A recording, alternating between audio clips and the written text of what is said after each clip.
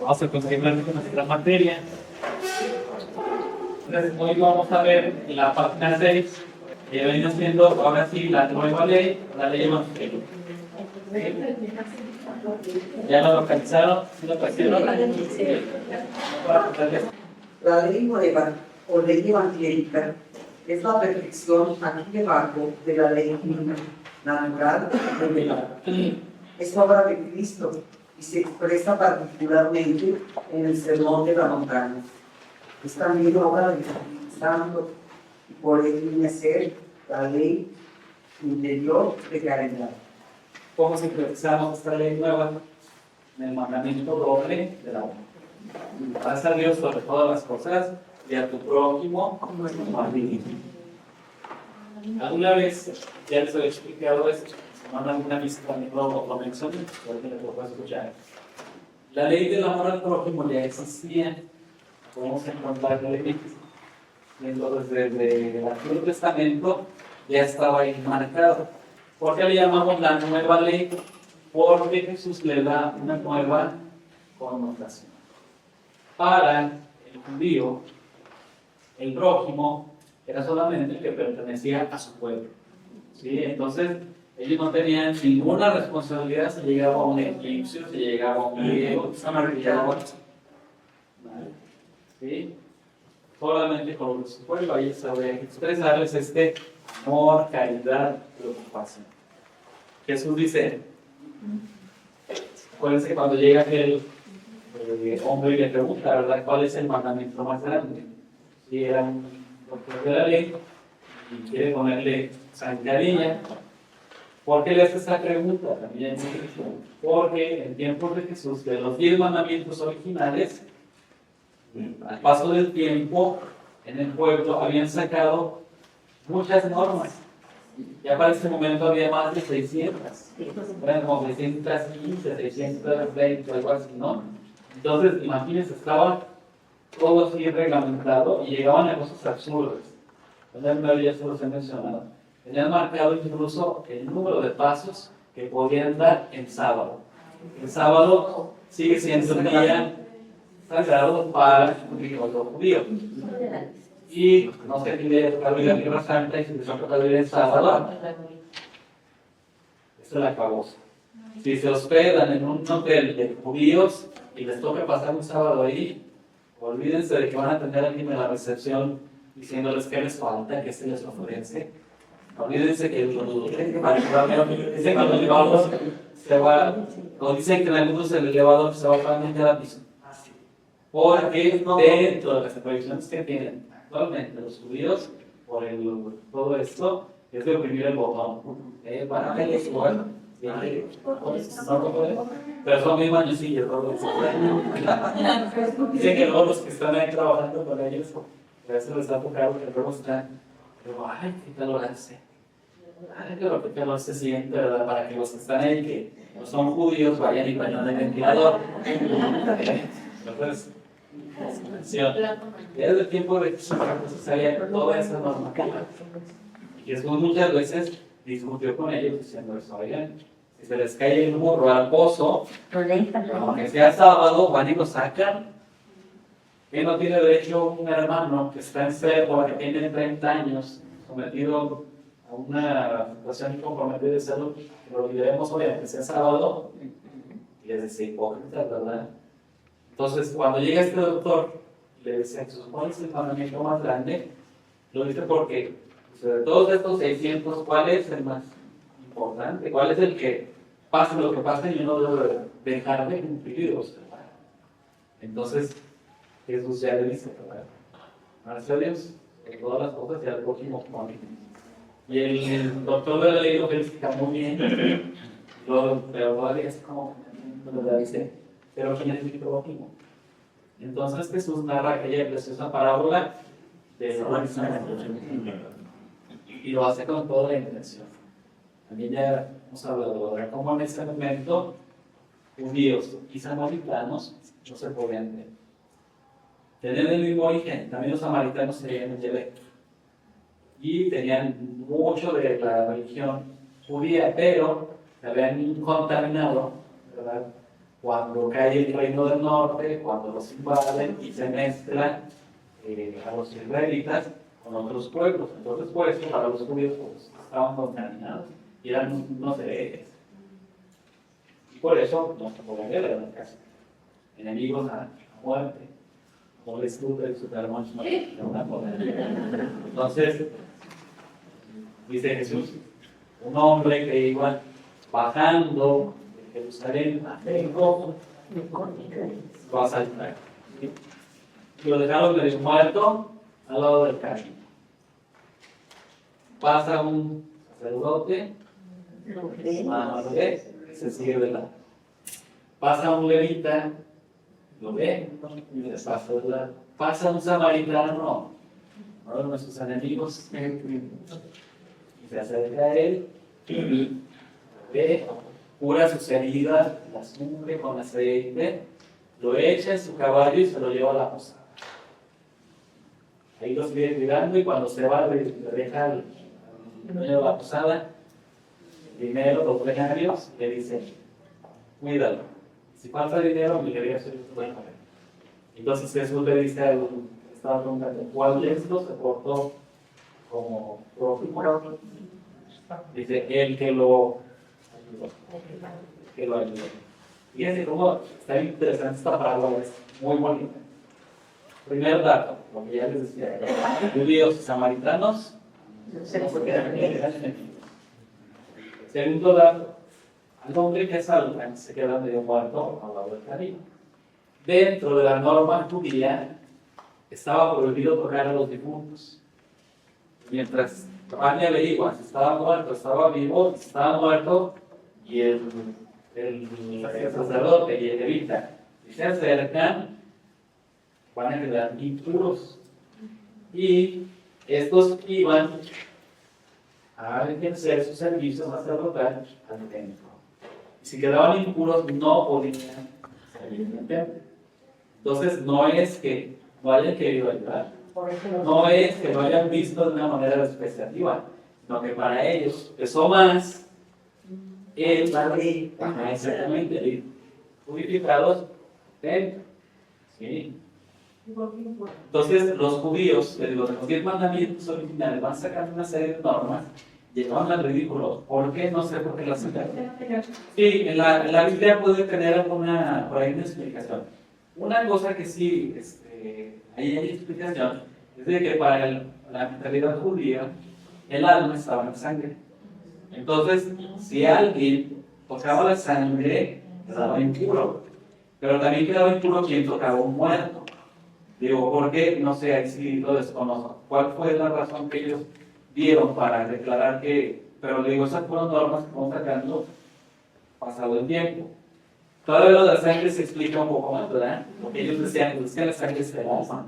Digo que no podían comer moronga. A mí no me gusta, pero estaba moronga, pues digo, no podían comer. Sí, porque era una interpretación literal de esa norma. Sí. Entonces, también si alguien tocaba, alguien que estaba sangrado, aunque no estuviera muerto, quedaba impuro.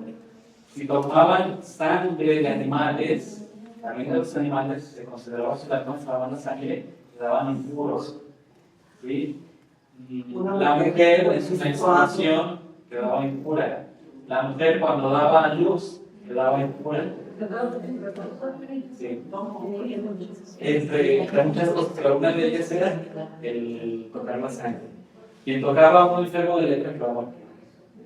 ¿Sí? Entonces no nada más era lo de la sangre, había otras cosas, pero en este caso, aquí entendemos a mayor profundidad esa palabra. O sea, no es que los sacerdotes, porque luego nos los imaginamos como que pasan y nos ven así, como que no, es que hay razón por las cuales ellos se siguen de la ellos no quedan impuros, para ir a hacer su servicio sacerdotal. Y le digo, segundo, mientras la averiguó, estaba vivo muerto, y lo más seguro es que hubiera estado sangrando. Entonces, si lo tocaban, quedaban impuros. Sí, ya mejor quería contar algo y luego. Sí, cuando los americanos después es Samaria. Sí, bueno, es que había región de Samaria y había ciudad Samaria, había las dos cosas. ¿Sí? O sea, ya cuando. Ahí es la historia de la Biblia. Si han estudiado la Biblia, no sé si ya llegaron a este punto. Se hace la división después de Salomón, de los dos reinos, el reino del norte, que se quedó con el nombre de Israel, y el reino del sur, que se quedó con el nombre de Judá. ¿Sí? Y actualmente estos dos territorios se encuentran en el territorio israelí. O sea, en el fondo del Sí, actualmente ya el mapa está unificado. El actual país de Israel se creó artificialmente después de la Segunda Guerra Mundial por acuerdo de los países miembros de la ONU, como para resarcir el daño que Hitler le causó al pueblo judío con la Segunda Guerra Mundial, con el Holocausto. Pero imagínense que esa es la guerra que se ha desatado desde ese entonces y a la fecha sigue. Todos los de alrededor son musulmanes. Los judíos, los actuales, no llegaron y dijeron, pásenle, los estamos esperando desde hace 2000 años para que tomaran posesión de su tierra. Aquí se las guardamos. Está muy limpia y está muy acomodada. No, imagínense, ahí vivían ya los palestinos, porque también esa parte se le llamaba Palestina. ¿Sí? Y entonces, así como a fuerza, las naciones hicieron el convenio y los metieron y les dieron un territorio, pero se los dieron, pero ¿quién se los dio si nadie, si no eran los dueños? Y ese ha sido el pleito todo el tiempo ahí en esta región. Desde que el pueblo judío salió de Egipto hasta lo que es la tierra prometida, también llegaron y no crean que les dijeron más, se lo estaban esperando desde hace 500 años. ¿No? Y fueron luchas, esas vienen narradas en el libro de Josué, ¿sí? Cómo llegan, toman posesión de la tierra. Entonces, el país de Israel desaparece en el año 120, si mal no recuerdo, por ahí, en el año 120 después de Cristo, desaparece por rebeliones de ellos. En el año 70, el templo se destruye y desde entonces nada más existe el muro de lamentaciones. Y es el único muro que se conserva del templo que en ese entonces existía, del cual ayer hablaba Jesús en el Evangelio, los que vieron a Isaías, para que la gente estaba admirada de la belleza del templo, no nada más quedó ese muro. Y siguen ellos rebelándose con las invasiones, y en el año, yo creo que es como el 120 por ahí, los desaparecen del mapa. Y no hubo más pueblo de Israel, ellos se terminaron por todo el mundo, hasta después de la Segunda Guerra Mundial. Ya con estos días que regresaron. Sí, o sea, fue así como un convenio de las naciones para decir, bueno, es que todos los años que son ustedes. Solo le digo, ya había gente ahí viviendo. Pero las cruzadas también, o sea, pelearon, por el Sí, aunque las cruzadas tienen otro sentido, ¿eh? Las cruzadas tienen el sentido de recuperar los lugares sagrados porque han sido invadidos por los musulmanes. La Tierra Santa siempre ha estado muy peleada porque es el lugar donde nacieron las dos religiones más importantes monoteístas: judaísmo, cristianismo y el islam. Y en hace otros, también hay otra cosa, que les dieron un territorio así, ¿verdad?, redondito, y resulta que como todos los países alrededor eran musulmanes, hubo una guerra que llaman de los 30 días, cuando recuerdo días. Bueno, se puso de acuerdo 3 países, de alrededor dijeron, vamos a estarlos, porque no los metieron, ¿verdad? Pero no contaban con que estos iban a salir más listos, y estos aprovecharon y extendieron el territorio. Creció más, ¿sí? Creció más el territorio de Israel. Lo tienen muy bien cuidado, Sí. cultivado. Y aparte es muy seguro, el aeropuerto es uno de los más seguros del mundo. Y luego también venía de pasar, son lugares turísticos, están muy bien cuidados, ¿eh? Ya cuando de plano se desata la guerra, sí ponen restricciones para entrar. Pero mientras puedan controlar, pueden entrar. No sabes como cuánto. Pero los indígenas, Sí, no sé. Ahorita están llegando muchos judíos que vivían en Rusia. ya con la caída del muro de Berlín, muchos judíos que se habían ido a Rusia están regresando. De hecho, hay lugares, ciudades donde ya los letreros están en el idioma del arameo, están en ruso y no sé si en inglés. Padre, y a muchos jóvenes, como este jovencito hermoso, los invitan los judíos que están ahorita en Tierra Santa para que vengan a conocer la tierra de sus antepasados, que a veces les encanta. Una vez se quedan a vivir ahí, entonces nos traen todo el mundo gratuitamente para que conozcan la Tierra Santa. Muchachos, todos los que están por ahí.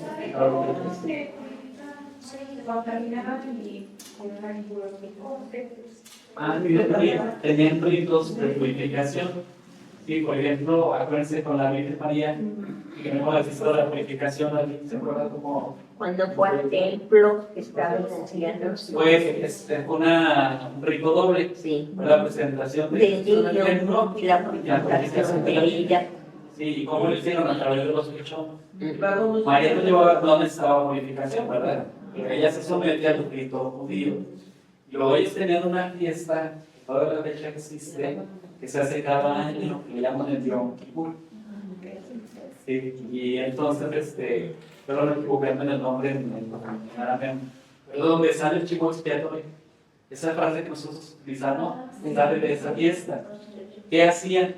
Que llevaban un chivo mágico real, y entonces todo el pueblo se purificaba, iba y tocaba el libro así con las manos. Según eso, según su creencia, ellos depositaban en ese chivo todos los pecados. Ellos iban y lo tocaban, Por eso y ahí se es quedaban y depositaban. Por eso es el chivo Sí, expiatorio. por eso tiene. Entonces, después de que todo el pueblo tocaba el chivo, al pueblo lo llevaban al desierto. Y el chivo se iba. Y según su creencia, al chivo se lo comía un demonio, que ahorita no me acuerdo el nombre del demonio. El chivo se lo comía. Pues, lo que pasa es que se moría, ahora se les comían los demás. Y como los animales que ven en el desierto, se lo llevaban también. Entonces, sí, pero la creencia de ellos es que ahí, con ese rito, ellos despegaban sus pecados y quedaban purificados. Y luego también tenían los ritos de abluciones. Cuando ellos llegaban de la calle, por ejemplo, la tradición era que llegaban a la casa, quien lo recibía tenía que lavar los pies cuando mandaba el esclavo para que le lavaran los pies. Luego para comer se lavaban con las manos hasta los codos.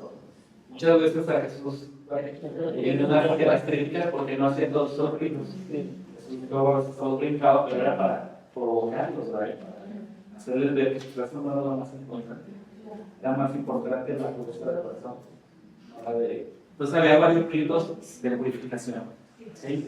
A la fecha siguen todavía con las cosas todavía. Muchos los conservan en la fecha, sí. Nada más aquí hay que considerar, así como nosotros, también ya les he dicho, como los cristianos tenemos varias facciones, ¿verdad? O sea, hay cristianos calvinistas, luteranos, hay los anglicanos, los cristianos, hay adventistas, hay... Sí, entonces los musulmanes también tienen facciones y también los judíos. ¿Sí? Entonces hay judíos muy liberales. Hay unos judíos muy liberales, ellos que dicen judíos van a lo mejor a la mezquita cada sábado a escuchar la palabra de Dios, pero no andan con sus bucles, no andan con sus cosas. Sí, entonces tienen un estilo de vida un poco más relajado. Hay sectas, así se les llama sectas judeo-cristianas, donde mezclan la tradición judía, observan ciertos ritos judíos y observan ciertos ritos cristianos. Pero no aceptan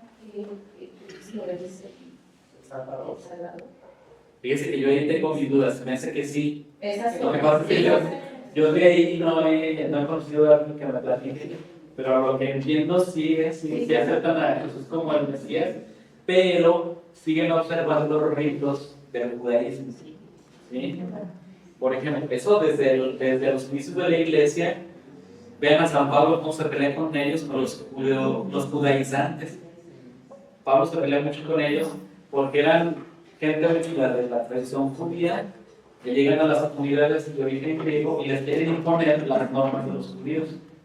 Quieren que se circunciden, quieren que no coman carne, y entonces por eso se lleva a cabo el primer concilio de la iglesia. El concilio de Jerusalén se veía en el libro de los Hechos de los Apóstoles. Entonces, sí aceptan la religión, pero mezclan con religión judía. O sea, no han dado completamente ese paso. O sea, porque sí. Están como medio detenidos. Exactamente, es que sí son el pueblo elegido. Pero ellos no supieron manejar ese término. Era el pueblo elegido para preparar la llegada del Mesías. Pero la salvación no era exclusiva para ellos. Ellos iban a preparar la llegada del Mesías. Y una vez que el Mesías se manifestara, entonces ellos eran los encargados de difundir la buena nueva. Como de hecho sucedió con una parte del pueblo judío, porque los apóstoles eran judíos, pero otra parte del pueblo judío no sigue esperando la llegada del Mesías. Son judíos así, sin mezcla. Y hay judíos ortodoxos. Y los judíos ortodoxos son los que traen sus bucles, los que vean la película de Nunca te vas a decir te quiero. Sí, ya se nos habrá recomendado. Esas, si ya llevaron algunas clases de Biblia y vieron todo las fiestas judías y las tradiciones, esa película está muy padre y la van a entender. Sí, sí, en Israel muchos son así, porque hay muchos judíos ortodoxos, pero también hay judíos liberales. Y también ya en donde me tocó ver muchos, también fue Amberes, Bélgica, porque en Amberes está el mercado de diamantes más grande del mundo. Y obviamente lo dominan y los judíos ortodoxos, porque esos sí son muy listos, son muy buenos para el negocio. Todos los pueblos de esa parte del Medio Oriente son buenísimos para comerciar. Va uno a ir a Estambul 2 veces, vas al Gran Bazar, que es un mercado enorme, y venden de todo, y vas pasando y luego te venden que eres mexicano. Porque no están haciendo mal aquí enfrente. Y los que van a decir, Talía, América y Archivas, son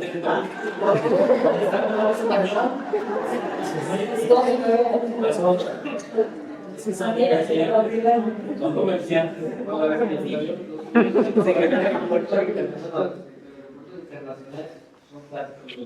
Los ortodoxos sí, inmediatamente se identifican, hasta sus niños como andan vestidos. Sí, es fácil de identificar.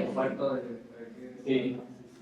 ¿Cuál es el nombre de la película? Nunca te vayas sin decir te quiero. De ellos más bien, vean ahorita la realidad que estamos viviendo. Más bien la tendencia va a ser a que la gente va a vivir en pequeñas comunidades nuevamente.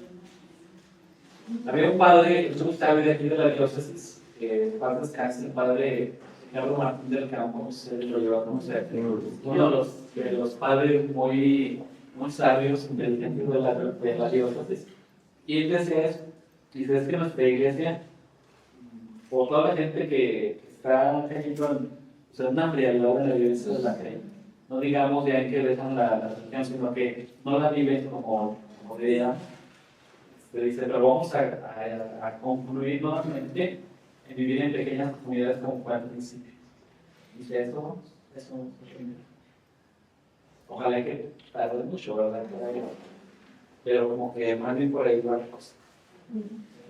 Pero bueno, vamos a ir a los siguientes párrafos. Por favor, la ley nueva.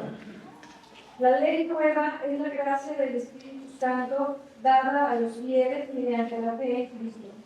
Actúa por la caridad.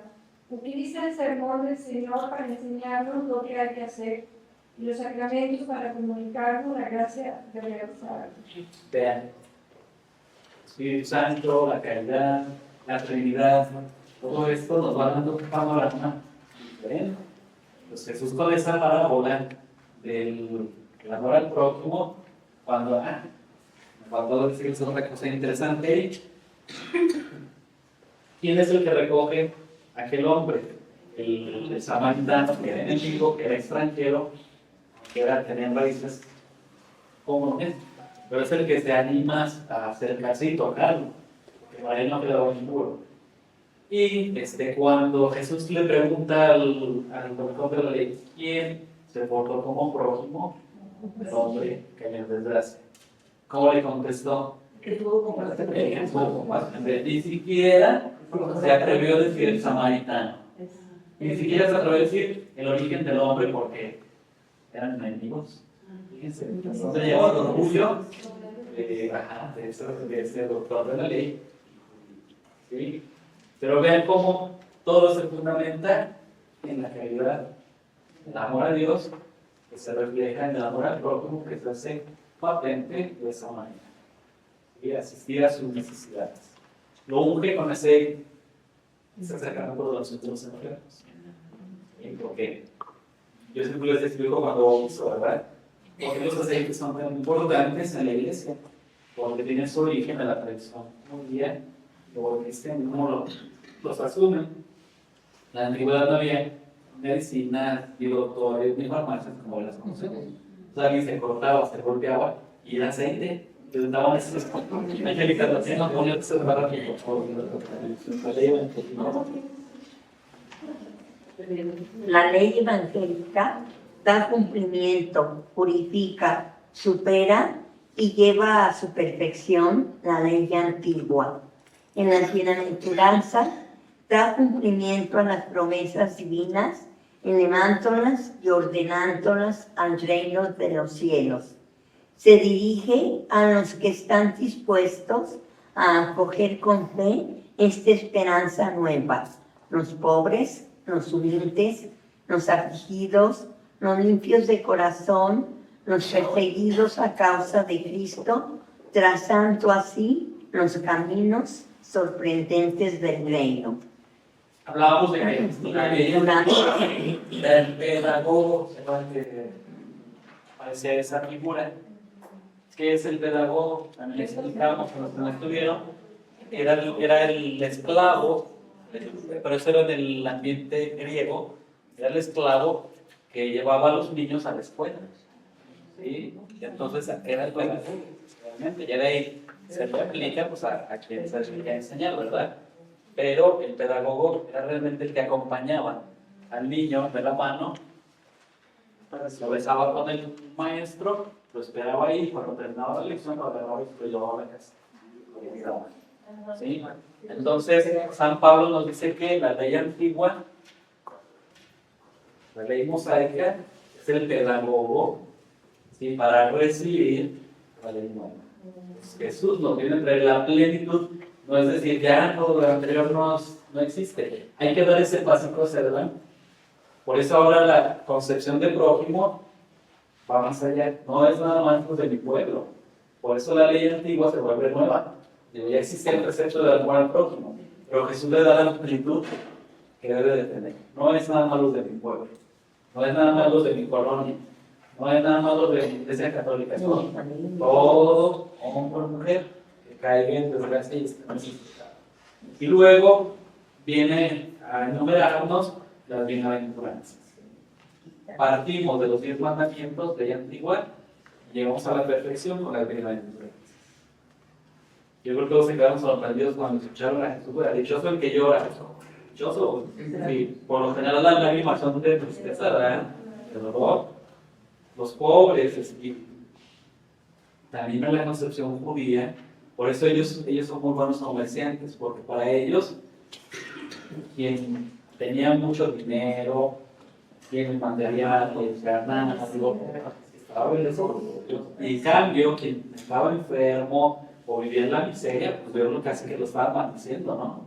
Y los despreciaban y los hacían a un lado. Los hacían a un lado. Entonces cuando Jesús viene y dice, no, ustedes hemos venido por los enfermos, no por los sanos. Venido por aquellos que todo el mundo rechaza. Entonces ahí vemos el cambio de mentalidad. Totalmente.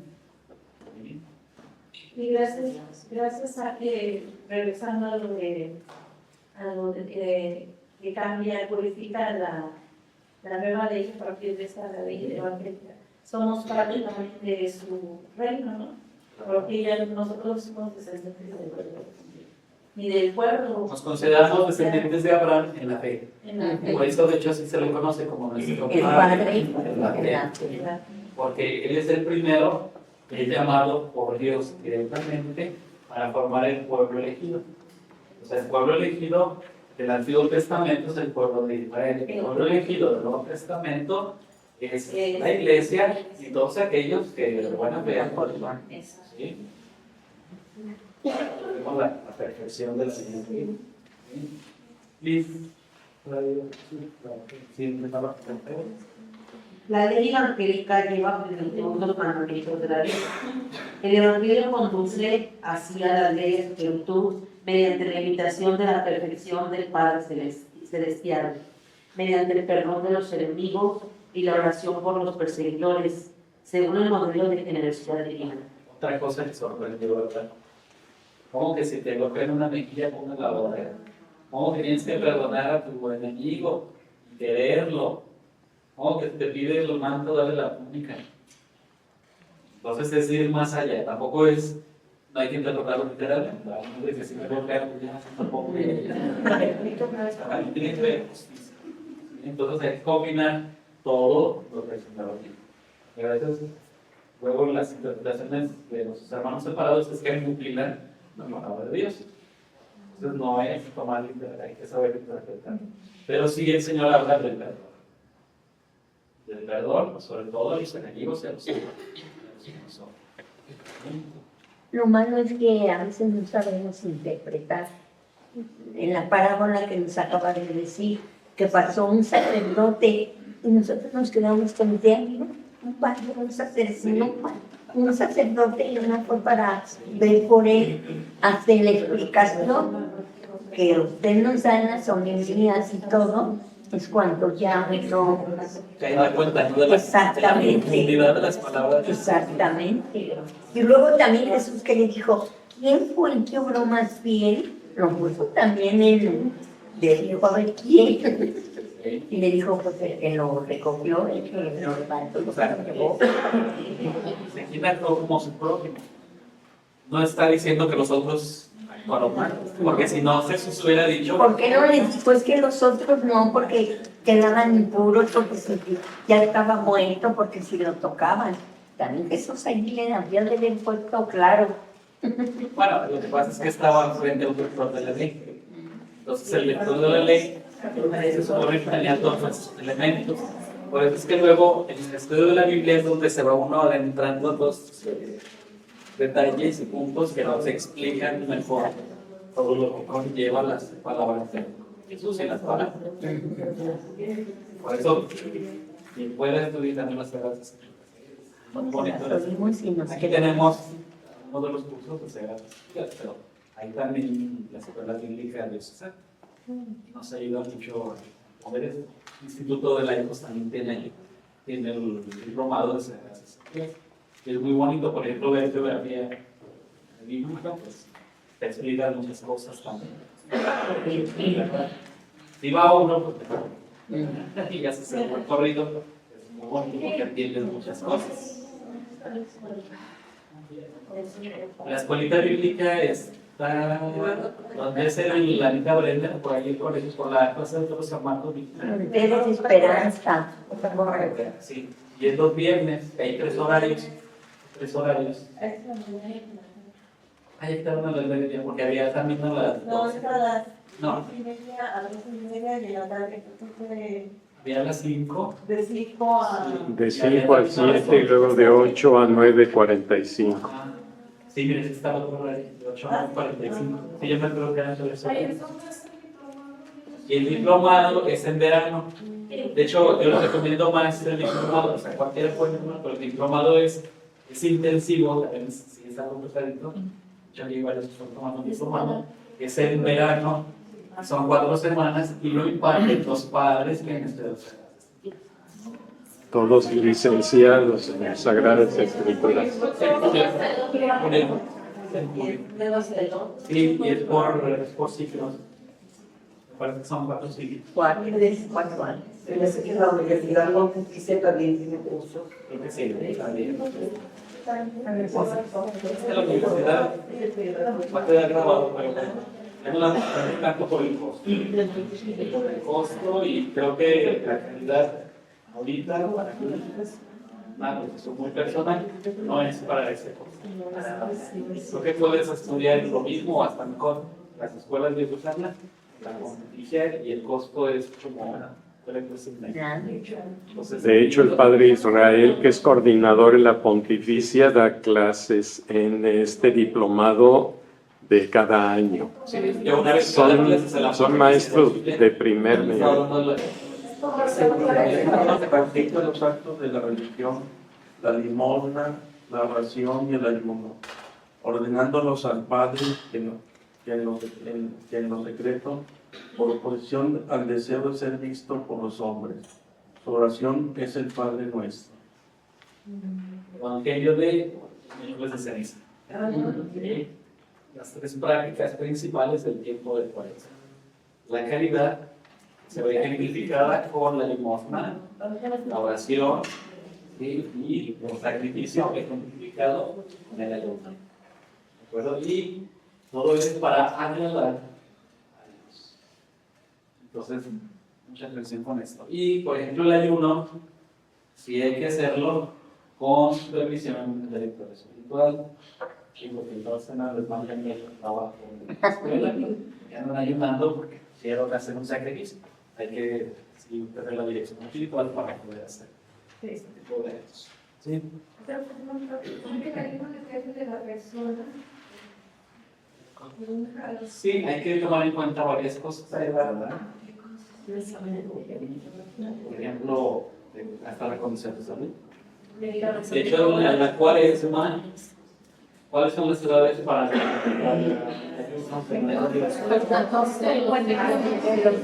uno es de los la abstinencia es no comer carne los viernes, y si viene desde los 14 hasta los 55. Pero, tenemos que aclararlo, si empiezan a ayunar y hacer abstinencia desde antes de los 14 o de los 18, está muy bien. Y si alguien lo puede hacer después de los 59, está muy bien, no se van a contentar por hacerlo. Pero sí está esa parte, ¿verdad? De que alguien ya por edad, por cuestión de salud, no está obligado a hacer. Yo creo que desde niños nos hacen eliminar el ciclo de ceniza, los viernes de Cuaresma, y el viernes santo no se diga. Y luego eran las 7 cazuelas. Son como 20. Lucy trae.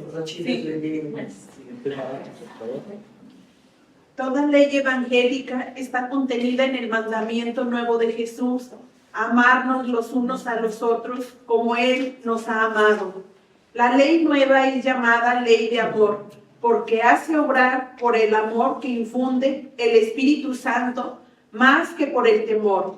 La ley de gracia, porque nos libera de las observaciones rituales y jurídicas de la ley antigua. Leyes que en vez de dar libertad, pues esclavizaban a la gente. Por eso Jesús pelea con los fariseos y dice, no, ¿cómo se les ocurre? Y luego a ellos les encantaba lucirse, ¿verdad? Hace pocos años de evangelio, ¿no? Ensanchar las filanterías del humano. Sí, es el que se ponen de arriba, y luego las mangas que se vieran, y pasar enfrente de todos para que les aplaudieran y sentarse en los lugares de enfrente. Cuando te inviten a una fiesta, vete el último. Porque no vaya a ser que te sientes en el lugar importante y que ya reservado para otra persona, y con mucha pena te tengas que ir para allá. En cambio, tú estás allá y el pequeñito va a decir, vente, acércate, vas a ver un rato. También no podemos generalizar. Igual los fariseos, en el Evangelio vienen muchos momentos donde Jesús discute con los fariseos, pero no fueron todos. Hubo fariseos de muy buena fe. De hecho, hubo muchos fariseos que se convirtieron al cristianismo. El más importante de todos, de los que se convirtió, fue San Pablo. San Pablo era fariseo. ¿Sí? Y San Pablo hace referencia a un tal Gamaliel, que él dice que fue su maestro. Me parece que históricamente no fue así, pero fue para darle como fuerza a su prédica. Pero el Gamaliel es aquel que habla en el Sanedrín y dice, cuando se agarran a los a los apóstoles y los mandan a soltar, que les mandan que se callen. La mayoría es el que se levanta y dice, a ver, si esto es de Dios, no podemos luchar contra él, y va a permanecer. Si es obra de los hombres, se va a acabar. Y dice, acuérdense del fulano de tal, que se reveló hace no sé cuántos años. Acuérdense del fulanito que levantó una revuelta, se murió y ya no sirve nada. Se acabó. Si esto es de Dios, no podemos luchar. Ese sería valiente. Era un hombre sabio, muy recto, y que pues vivió la ley como se debía, ¿no? Entonces no todos estaban corrompidos. Igual el sacerdocio, el Sanedrín, estaba conformado principalmente por saduceos. Los saduceos eran judíos, pero que no creían en la existencia del alma, ni en la resurrección, ni en la existencia de los ángeles, y eran enemigos de los fariseos, siendo judíos, porque ellos lo contrario, ¿verdad? Y entonces, en tiempos de Jesús, los sumos sacerdotes eran el grupo de los saduceos y estaban coludidos con el gobierno romano. Eso sí es cierto. Y Nicodemo, padre. Nicodemo era parte del Sanedrín, fue sacerdote, sí, era un hombre bueno, pero cobarde. José de Arimatea también era Sanedrín, sí, como que se forma libre el Nicodemo, porque Nicodemo era discípulo de Jesús en secreto, de San Juan. Cuando va a platicar con él, va de noche, en parte de San Juan tiene la simbología, que va en medio de la oscuridad, que simboliza el pecado. Y que Jesús le empieza a hablar de nacimiento, del agua y del espíritu, y le empieza a dar la luz. Es un diálogo muy bonito que habla del bautismo. Entonces, no todos estaban mal, pero si había un sector que estaba mal. Último párrafo ya para irnos en Los consejos evangélicos manifiestan la plenitud viva de una caridad que nunca se sacia. Atestiguan su fuerza y estimulan nuestra prontitud espiritual. La perfección de la ley nueva consiste esencialmente en los preceptos del amor de Dios y del prójimo. Los consejos indican vías más directas, medios más apropiados y han de practicarse según la vocación de cada uno. ¿Cuáles son los consejos evangélicos? Es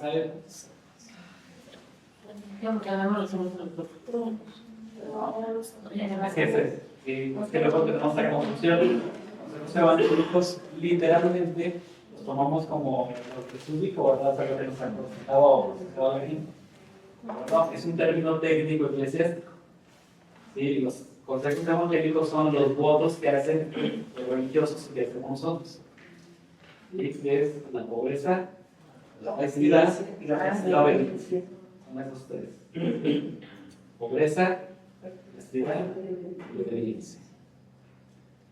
Entonces hay que tener un apartado especial dentro de la vivencia de la nueva ley, la ley evangélica. Tenemos que tratar de vivir cada quien según su vocación específica. Quien en el matrimonio, quien vive la vida soltera, quien en la vida consagrada. Estos tres consejos. ¿Y por qué se llaman consejos evangélicos? Porque Jesús los vivió. Jesús vivió pobre, vivió casto y vivió obediente. Y entonces se toman de que quien los vive aquí en la tierra está adelantando lo que en el cielo vamos a vivir. ¿Sí? Porque en el cielo, ¿quién se va a preocupar del marido de la esposa?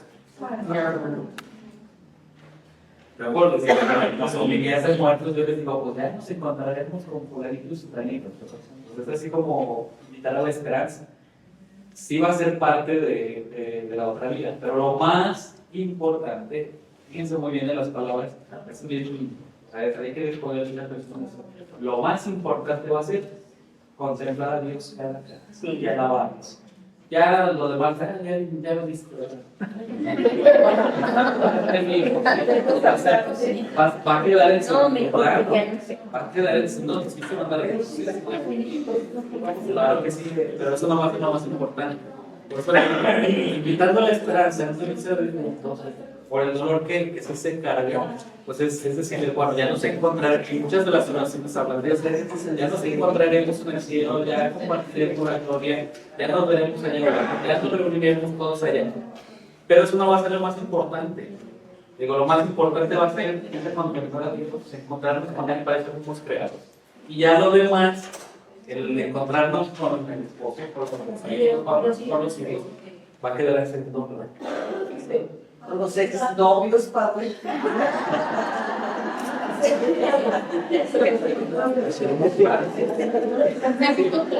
El castigo más grande del infierno es no ver a la luz para lo cual fuimos creados. ¿Sí? Eso va a ser el castigo más grande. Sí, más grande.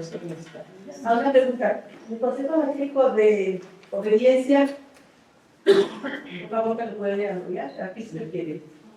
Bueno, aquí hablamos de cuestiones jerárquicas, de cuestiones de orden dentro de nuestra iglesia. ¿Sí?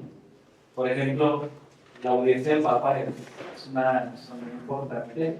Sí, la obediencia a lo que hemos estado hablando a lo largo de los cursos del magisterio, de la tradición.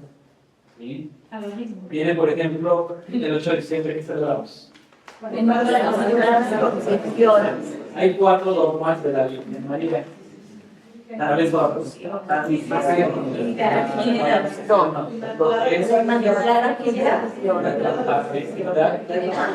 Inmaculada Concepción.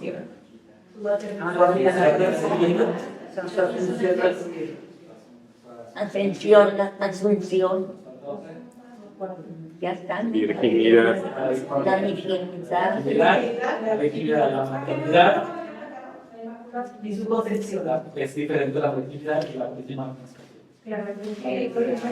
Y son 4 dogmas. Entonces, vienen provocados por el magisterio y por la tradición.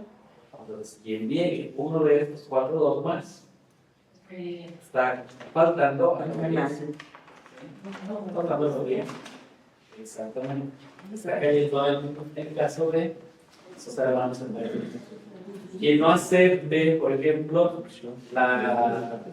el Papa es nuestra autoridad máxima en la tierra, que a fin de cuentas máximo. Jesús es el que manda, ¿no? El jefe, más que lo mismo es Jesús. Pero nuestra autoridad visible la quiere hacer el Papa. Quien niegue eso, se dice católico, no es cierto.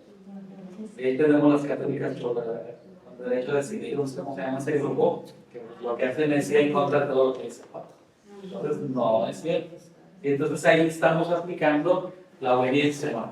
Ahí está, ahí donde está. A nosotros, ¿qué es lo que nos compete?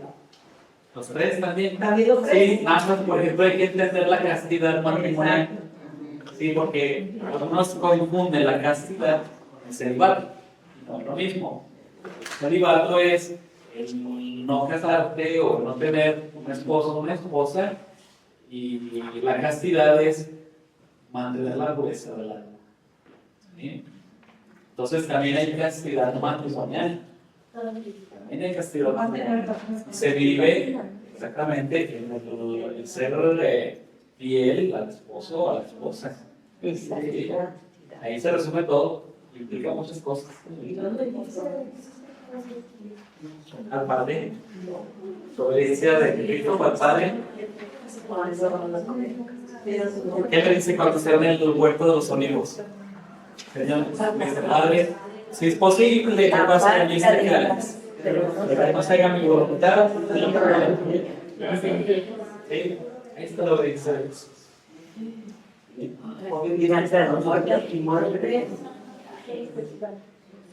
La pobreza. ¿Cómo la gente simplemente ahora vamos a recordar en Navidad? Más pobre que nada.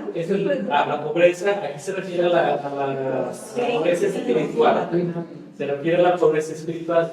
¿A qué se refiere? A no estar atados. A mí las familias de ese libro, también me ha tocado escuchar. Puede ser algo que no tenga nada más que el tele, pero está ahora la tele. O no se siente nadie en mi banquito porque es mío. Sí. Es mío. Además eso tiene, no tiene más nada. Pero que nadie se atreva a cambiarle el canal a su tele ni nadie se atreva a sentarse en su banquito. Esa no es pobreza. Puede ser miseria material, pero no es pobreza.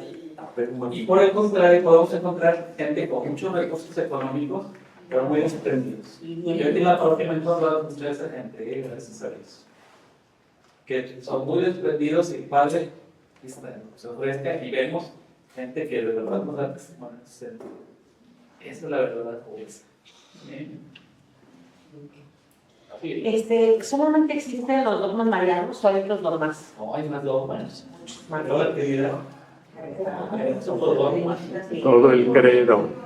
Sí, el credo prácticamente desde un día escribe los principales dogmas. No todos, ¿verdad? Porque ahí, por ejemplo, no están los dogmas marianos. Pero sí, hay muchos. Jesús como Dios y hombre verdadero. Porque ha habido alegrías donde dicen, no, nada más era como un fantasma. La gente veía, hay dogmas, hay herejías de los primeros siglos que eso decía, que Jesús fue como un fantasma nada más. Entonces que era, sí, que no tenía humanidad realmente, que no era hombre verdadero. Y el contrario, hubo alegrías donde le quitaba la divinidad. Es un hombre muy sabio, muy inteligente. Los musulmanes así lo aceptan, como un gran maestro. Los musulmanes creen en Jesús. Por eso respetaron la basílica de la Natividad. Esa basílica es de las que se conservan más originales, de que se construyeron, porque ahí nació el gran profeta Jesús. Por eso. Cuando uno va, sí, la divina. Cuando uno va a entrar a la basílica de la Natividad, de una puertita se la pusieron así, porque los musulmanes respetaban a Jesús, pero se metían en caballo a la basílica. Entonces, entonces dijeron, no, vamos a la puertita, así que se bajen y se metan. Y le hagan reverencia al profeta. Eso fue con maña, para que le manden reverencia al Salvador. Vamos a Para un comentario nada más, esto de los conceptos evangélicos realmente es como la expresión materializada de lo que es el amor que Jesús pide a todos. Son estas maneras de vivir el amor al prójimo, a Jesús, y realizar el amor en nosotros, el amor que recibimos. Sí, y es adelantar aquí en esta tierra, en la tierra, lo que viviremos en la otra vida, ¿verdad? En la que nos amanecemos y nos adelantamos. Muy bien, vamos a terminar.